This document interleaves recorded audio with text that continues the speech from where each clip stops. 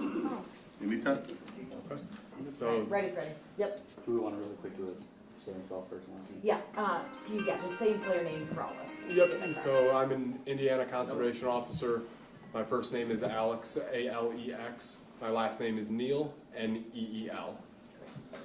So this morning, Indiana Conservation Officers went out onto the lake just before 7 a.m. to start conducting a search using boats and sonar and divers. Right around 7:45 this morning, a conservation officer diver located our missing person in about 11 feet of water near the Michigan City Lighthouse Pier. The victim is a 13-year-old male from Michigan City. We will not release anything else on the victim because he is a juvenile. He was located along the rocks there on the east side of the Michigan City Pier. You said 13-year-old, correct? Correct. Yep, Okay. 13-year-old male from Michigan City. Did I see something found maybe 11 feet underwater? Yep. Is that what you said? Yep, 11 feet of water, roughly 40 feet off of the break wall within the rocks. He suspected drowning, no foul play of any sort? Yeah, no foul play is expected at this time. Yeah, just a drowning, but the coroners will do a report on that to confirm all of that. Did But he go into the water to swim, or did he fall off of the wall? yeah, so he was with a group of friends that entered the water from Washington Park Beach, from the beach there. They were out in the water, and he himself started to struggle in the water. One of the friends attempted to make a rescue on him, but due to the conditions at the time, was unable to get out to him to, hopefully rescue him. Can you describe those conditions at that time of the incident? Yeah, at the time of the incident, we here had about a 20-mile-an-hour wind coming out of the north, which goes down the length of Lake Michigan, and had built waves to roughly 4 to 6 feet in the area, with some being higher than that. Was there any warning out to tell people about this? Yeah, so at the time of the incident with those waves, there was a beach hazard statement and a small craft advisory that was issued by the National Weather Service that was in effect. The forecast was for anywhere up to 8-foot waves that day.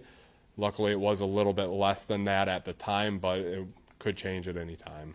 Was that a rip current that he got caught in? That is the belief, yes. So when the waves kind of crash over, you get a pulling effect from the waves as they come out.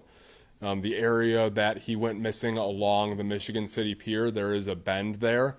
So in that area, you get currents working in opposite directions. So one current pulling out towards the lake, another pulling kind of like a sideways toward the beach and down the beach.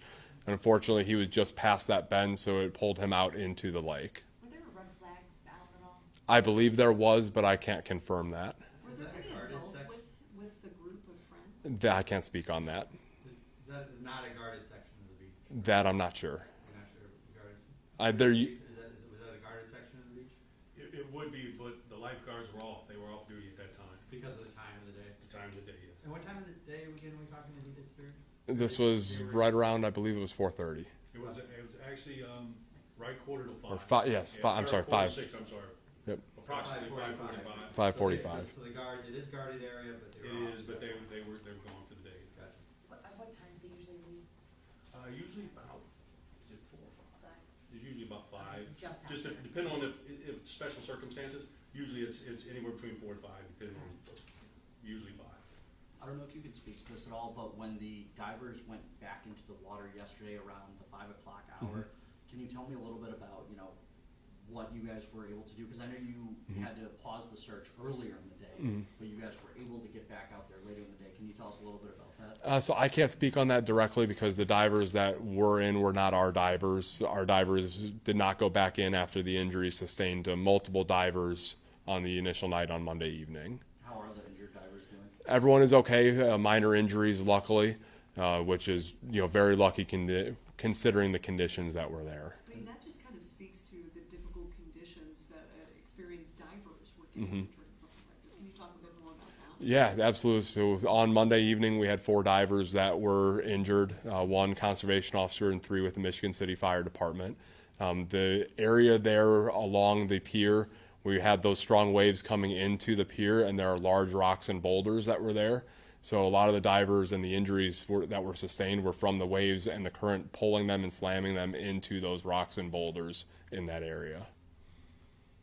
I guess, are there any changes that could could come up because of this, considering how old the victim was, that maybe there may be a recommendation to parents that they need to be maybe more aware of where their kids are, that they wouldn't be out in the water past the lifeguards being on duty. Yeah, so on that day with the conditions, there shouldn't have been anybody in the water. It's not safe. Our divers were getting injured out there, so for anybody to be out swimming in that is just as dangerous. So when the people went in on Tuesday after 5, those are private divers? I can't speak on that because I'm not sure. I Uh, know but they your conservation guys wouldn't go in until, we were or Michigan City Fire wouldn't go in until today, right? Is that So, right? if you don't mind. Yeah, go for So it. for us, we're the initial response, obviously. So we responded that evening. After the conditions were too bad, we pulled out of the water and determined it wasn't safe enough to stay in the water. Essentially, it becomes a DNR issue at that point. They take over because it is on the lake. So we were there for the initial rescue, tried for the initial rescue. After that, sun goes down, the water conditions are too rough.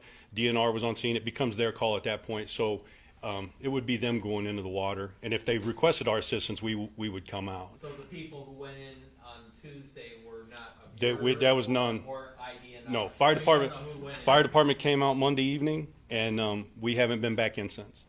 At least not for this. Is the water technically open when the guards are off duty? Is it shut, so it is, it's just sort of. Yeah, it's just open it's at that point? yeah, it's just an open beach, so it's like a swim at your own risk. Yeah, when the lifeguards are gone, you're swimming at your own risk. Officer Neal, when this type of thing happens after hours that the lifeguards are gone, do you guys normally put out a message or anything? Like, what is the standard protocol for, hey, this happened when lifeguards were off duty, like you said, it's a swim at your own risk type of thing. What is the typical protocol as far as, just an announcement to the public or anything like that? So I can't speak on the beach here with Michigan City, but I don't believe there's any announcement that's made. So it's just a swim at your own risk, especially with the conditions that were present at the time. And the big warning that's given out is the National Weather Service having that beach hazard statement that had been in effect for at least a full day before that. How long are the divers in the water for? I don't know how long. It was at least 20 or 30 minutes in total between all of the agencies. But with the conditions and the injuries that we saw so quickly, it was decided that was unsafe very quickly just for other injuries.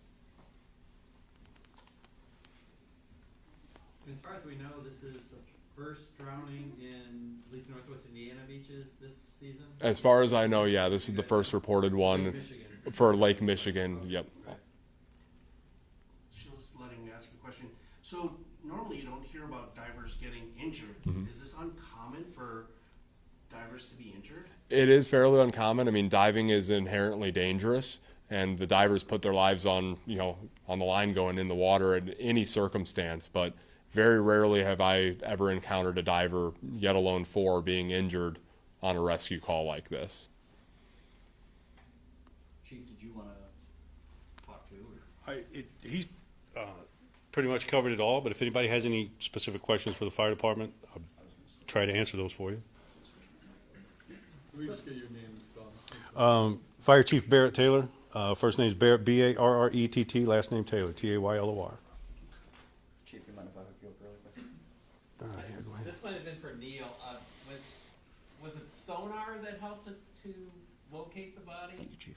So we had sonar that was out today, but the victim was located by a diver. By the diver, the sonar, okay. Correct. So yeah, the setup we had this morning was we had our boat that was out on the water conducting sonar searches of the lake bottom, and we had divers that were accessing the water from the pier.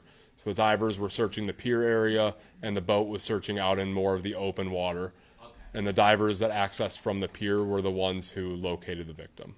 How many divers were out this morning? We had 4, 2 on the boat and 2 from shore. All DNR divers? Correct. Yes. City had no divers out this morning? No, we did go to assist, but we never entered the water. And you began that search just before 7 a.m.? Yeah, I believe the boat was underway at about 6:45. Right, okay. Chief, what can you tell us about what took place as far as with your department in the past couple of days? Because I know that you guys were some of the first on the scene in the past couple of days, correct? Yes. When we initially responded Monday evening, about 5:45, our divers, our rapid divers immediately entered the water to try to, perform a rescue. And as it's been stated, the water conditions were too rough. We ended up with 3 injured divers, relatively minor injuries, which was thankful, and 1 DNR officer. We had all but one of our units was at the beach. We ended up calling in off-duty divers as well. And I myself, one of our off-duty firefighters runs a charter business. He offered to take his boat out. Me and a couple divers got on the boat with him, and we actually went up and down the beach. We were probably out on the water for 2 hours. I left the battalion chief to run the scene from the beach, and then they come over the radio and determined that the conditions were too dangerous, and they had to pull out of the water. Like I said, after 4 people got hurt, we had to think of the safety of our officers and our firefighters. So. And again, the injury of the divers was being pushed against the boulder Yeah, and rocks. that's yeah.